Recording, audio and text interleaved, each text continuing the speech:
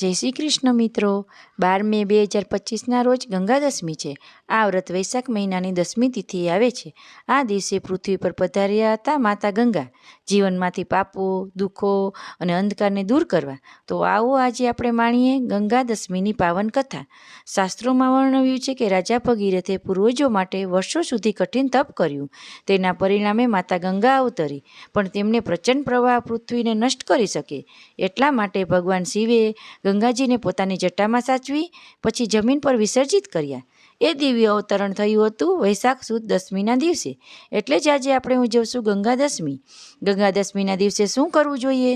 તો સવારે વહેલા ઉઠીને જળથી અભિષેક કરવો અથવા ઘરે રાખેલા ગંગાજી છાંટો, ગંગા સ્તોત્ર, ગંગા લહરી અથવા ગંગા ઉત્પત્તિનું પઠન કરો, જળ, પંખો, લોટા, ચપ્પલ, કપડાં વગેરેનું યથાશક્તિ દાન કરો।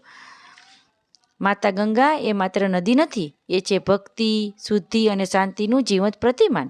આવો શ્રદ્ધા અને ભક્તિથી ઉજવીએ અને જીવનને પવિત્ર બનાવીએ। પ્રાર્થના ચેનલ, જ્યાં ભક્તિને શબ્દ મળે છે અને વિસ્મય અનુભૂતિમાં બદલાય છે। આવી જ ભક્તિની અવિનવી વાતો સાંભળવા માટે અમારી પ્રાર્થના ચેનલને લાઈક કરો, શેર કરો અને સબસ્ક્રાઈબ કરો। જય ગંગા માતા।